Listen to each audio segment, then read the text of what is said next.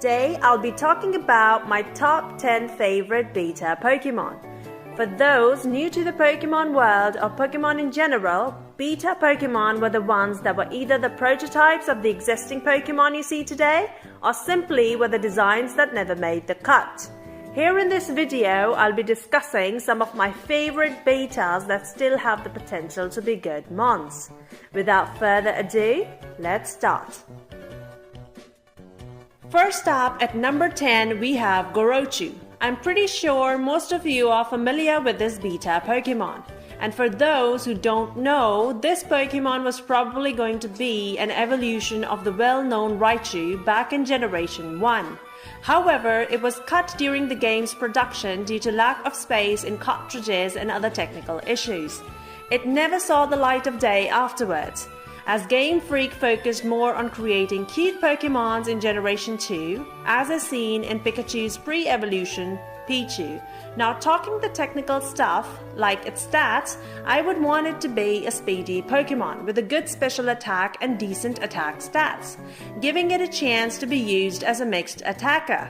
The electric fighting typing would be a blessing for it to have.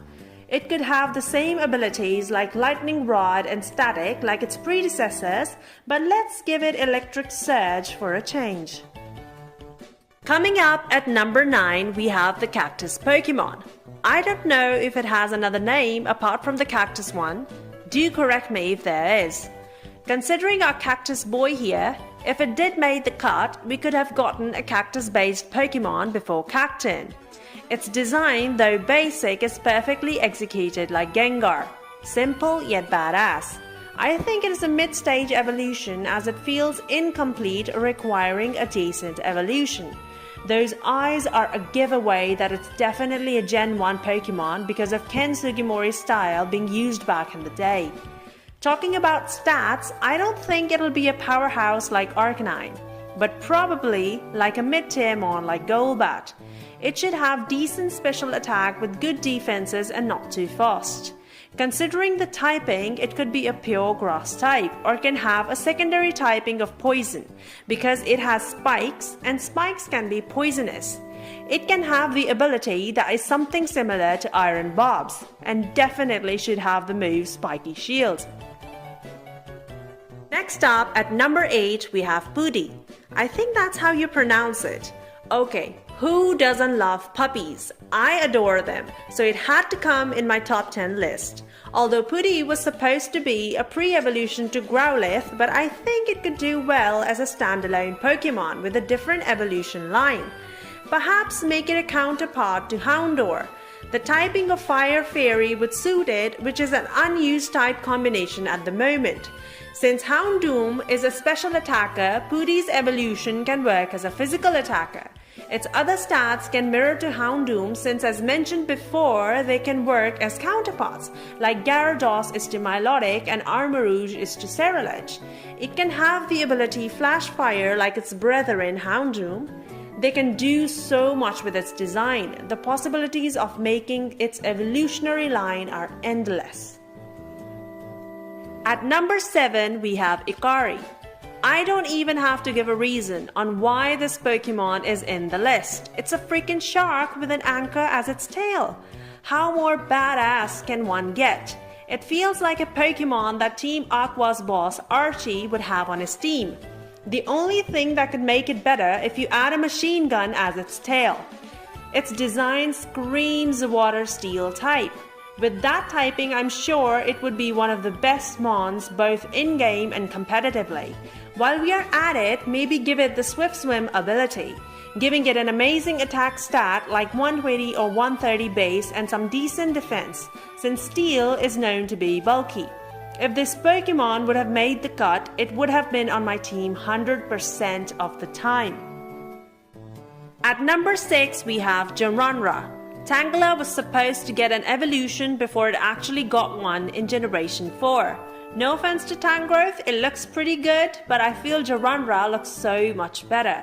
I like the fact that the vines hide the eyes and exposes how Tangela's mouth actually looks like. I am a fan of how contrary its design is to Tangela's. It looks more creative than Tangrowth, which is basically a bigger version of Tangela. Talking about its stats, typing and ability, let them be same as Tangrowth's. We are halfway across this list, so at number 5 we have Kimarian. It was also called the Beta Giratina. This mon has the same dex number as Giratina, so people were suspecting it to be its beta version, but its design is a huge contrast to what Giratina's final design looks like. In my opinion, this design would have fit Giratina more. Even though I love Giratina's current design, but I said it would fit it more in the pretext that it's basically considered the devil Pokemon, so its looks are supposed to be deceiving. I would consider making it a counterpart to Giratina, since Giratina looks evil but is actually pleasant, while it would be the other way around for this Pokemon. I would like it to have the typing Fairy/Dragon. Its ability would be the same as Giratina, that is Pressure. Number 4, we have Urufumon and Wa-Urufu. First of all, I love the way these names roll off the tongue and make it seem like we are speaking the canine dog language. I don't know why this Pokemon didn't meet the final cut. Looks like a complete design to me. Moreover, this mon can be loved by both cute Pokemon loving and badass Pokemon loving fans. This also gives me Mimikyu vibes since it seems to wear a disguise, that of a wolf. Is this perhaps a sheep in a wolf's clothing? I feel the disguise is probably a defense mechanism to prevent it from being preyed upon. Or maybe it's just hiding its true terror beneath a more digestible terror of the wolf. I can make so many possible assumptions regarding this one. I can go on forever. It could have the same ability as Mimikyu, which basically gives you a free substitute. The typing can either be Ice Dark or Ice Ghost. Talking about stats, I don't see it being too speedy or too slow, but definitely having a very good attack and defense base stat, like a bit more over the 100. To sum it up, a pretty cool Pokemon, pun intended. Moving up to our top 3 now, at number 3 we have Norawara. This Pokemon is based on a Chinese straw doll. That long nail piercing through it suggests that it is a ghost type, but the design gives me more of a normal ghost type vibes. I am not a huge fan of its evolution, that is Kyonpan. I feel like this should remain as a standalone Pokemon. This Pokemon also gives me the airy vibe of being a voodoo doll, which I think is a cool concept. The normal ghost typing will give it 3 immunities: Fight, Ghost and Normal, basically becoming immune to the typings that it is supposed to be weak to. Stat-wise, it should have high HP and defensive stats. With low speed and attack power, it can have the ability Cursed Body. At number 2, we have Twins. Like the adjoint twins we see as a deformity of the body, this Pokemon feels like a disturbing deformity in itself. Twins was supposed to be a pre-evolution to Beta Girafarig, which itself is a pretty disturbing looking mon, but the current Girafarig got a revamp to its design, so now there is no correlation remaining between these two, and I kinda prefer the Beta Girafarig, but anyways, this Pokemon can work as a standalone species. It could be a mono ghost or a ghost/dark typing, or perhaps a ghost/normal typing. I think ghost/normal typing would suit it pretty well, as one twin being the normal one and the other being plain evil. Ghost/dark typing is well suited to it as well. They also remind me of the cat dog cartoon that I used to watch. It would be pretty funny if they keep on fighting with each other and at other times create collaborative mischief. Stat-wise, they can be strong, fast special attacker, as they are twins, so they should have an ability like Siblings Bond that works like the ability Parental Bond. And finally, at number 1, we have Kotora.